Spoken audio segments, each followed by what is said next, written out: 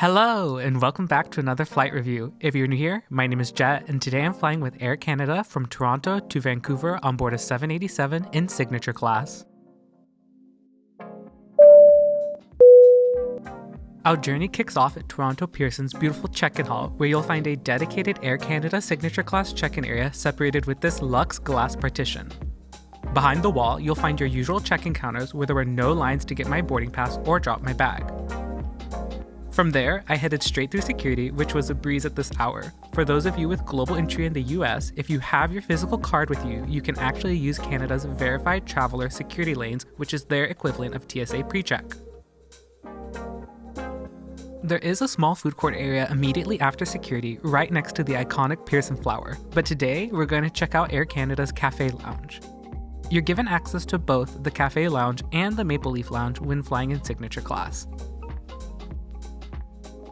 The Air Canada Cafe is more of an express lounge with some seating available, but primarily focuses on grab-and-go options, which I love. Inside, you'll find refrigerators with pre-made snacks, sandwiches, yogurts, and more, along with paper bags to carry everything out.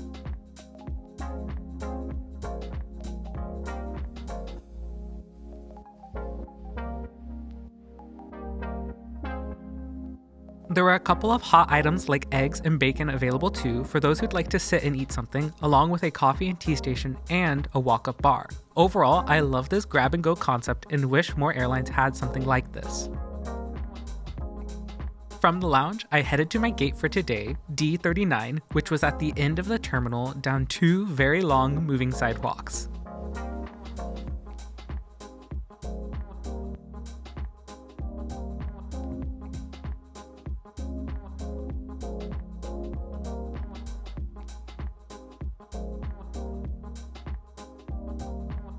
Waiting at the gate was today's aircraft, a 7-year-old 787-9, still in Air Canada's infamous toothpaste livery.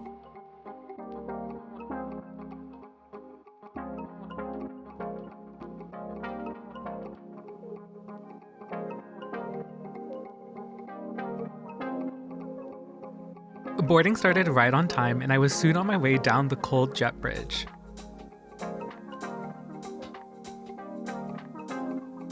Welcome on board Air Canada's 787-9. Entering through the L2 door, you'll find Signature class to the left and Premium Economy and Economy to the right. Signature class is configured in a 1-2-1 arrangement, with my seat, 6K, being a window seat on the right side of the aircraft. Already waiting at my seat was a large pillow, a quilted blanket, and a seat cover. One thing to note is that these seats do not feature an adjustable headrest. Also waiting at the seat was a water bottle along with a pair of noise-canceling headphones. Taking a look at the rest of the seat, you'll find a large bifold tray table directly beneath your IFE, which slides forwards and backwards.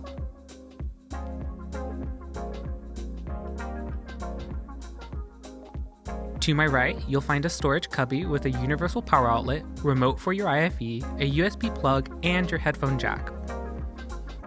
Beneath that are your seat controls, a literature pocket, your footwell, and another storage pocket for flat items.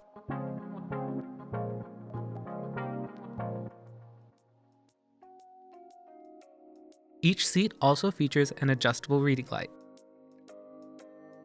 There are no additional storage cubbies in this area, which I know other airlines sometimes utilize for storage and even a decorative light fixture, like WestJet. Overall, this is a nice seat, but I do feel that it is a bit bare bones and not as thoughtfully designed as the same or similar seats on other airlines. From behind, you can see the cabin does look a bit bland, however I do appreciate the nice big red maple leaf here. Paper menus were passed out for today's flight, which we'll take a look at once we're up. They did splurge a little here with a well-designed menu with a nice debossed maple leaf logo.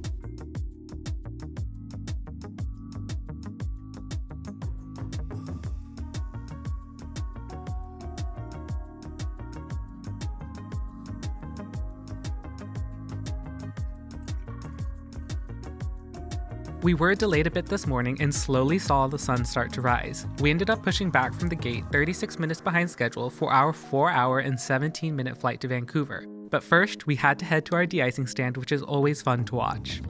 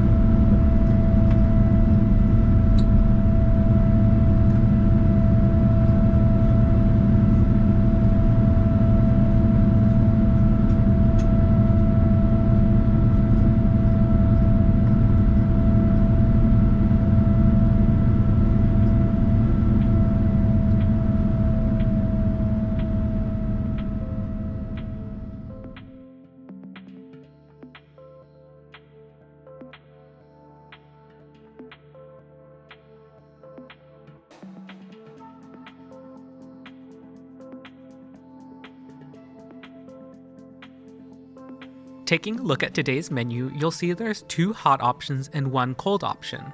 When it was my turn to order, there were no pancakes left, so I was stuck with the cold breakfast option. Air Canada takes meal orders from their Aeroplan status holders first, and on a busy transcon flight like this, that's a big chunk of passengers up here.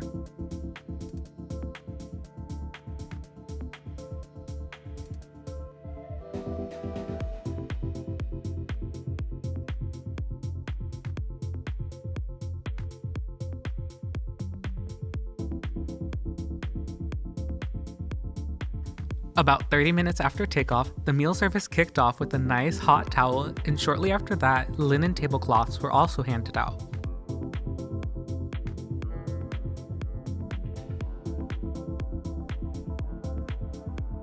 With mood lighting in full effect, my cold breakfast was served. It consisted of a chia seed pudding with fresh fruit, berries, and roasted coconut, served with warm bread and butter, some cheese with 2 tiny slivers of tomato, some crackers, jam, salt, and pepper.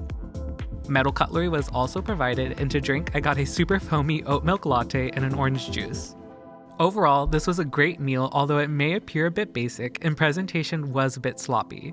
I wish they had another cold option, as chia seed pudding might not be for everyone, but nonetheless, I'm grateful they had a second vegetarian option available at all.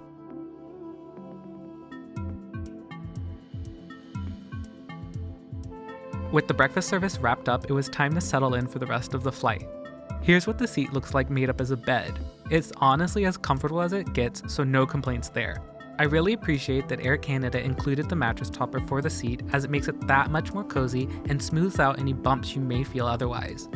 The footwell may be a bit snug for some, but at 5'8", when laying on my back and side, I still had plenty of room for my feet. I couldn't feel the bottom, but if you're taller than me, you might be a little bit snug. Taking a quick look at the seat controls, you have this handy little screen which allows you to change position, but it also allows you to change the lumbar support and the mattress firmness, which is great, so everyone can find their sweet spot.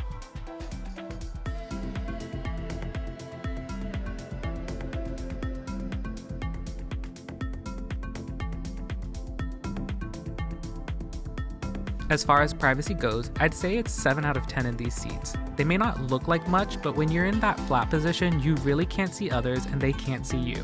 Another plus is Air Canada does have individual air nozzles on their 787-9s, which is always a win. Something that isn't a win is the electric dimming windows on the 787. They are never truly blacked out, and I hate that the crew can lock them whenever they want.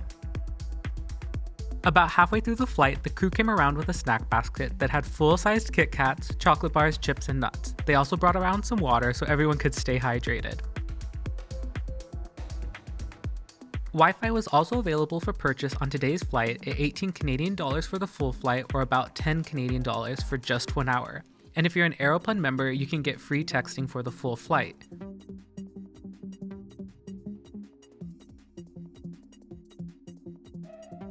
Air Canada's IFE system has enough content with a good selection of new releases and classics.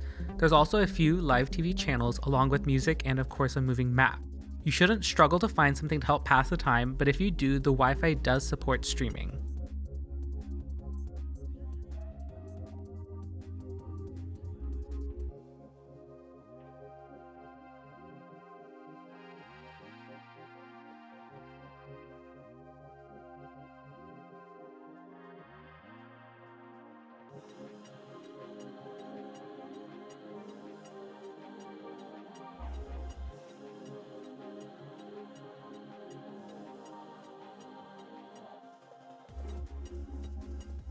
And just like that, our flight came to a close as we started our descent into beautiful Vancouver, which means it's time for some final thoughts. For today's flight, I used 24,000 Aeroplan miles, but if I booked this flight 2 weeks out, it sells for about $700 USD, which honestly isn't too bad for a live flat seat transcon. But is it worth it? Well, I'd say that depends on a few things. If you have an early departure or need to get some work done, I'd say the cost is definitely worth it for the lounge access and extra space on board. But if you're just looking for a little bit of extra comfort, maybe check out their premium economy on this route. I'm not sure how much cheaper it is, but maybe that's where the sweet spot really is. The crew on today's flight was great, and I really have no complaints there. The cabin manager came around and thanked each passenger by name just prior to landing, which is always a nice personal touch.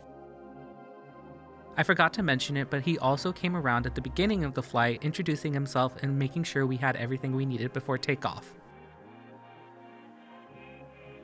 I'd definitely say the catering on this route won't blow your socks off, but at least it was fresh. Keep in mind, if you don't pre-order a special meal or have status with Air Canada, you might not get your first or even second choice meal. I'm impressed with the quality and foaminess of my oat milk latte though, so I'll give Air Canada some points there.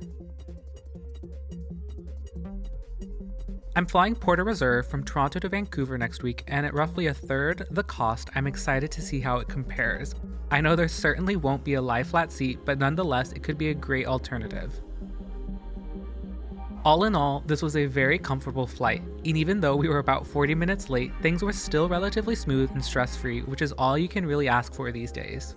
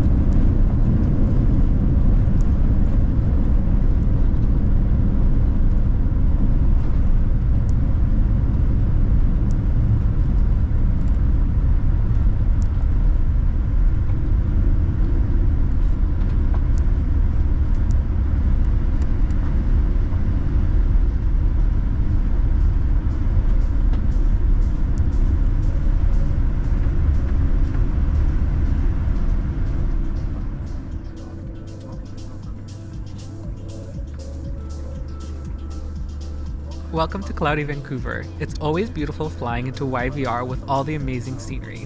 I really hate how sometimes the windows fog up after landing, but there's nothing I can do.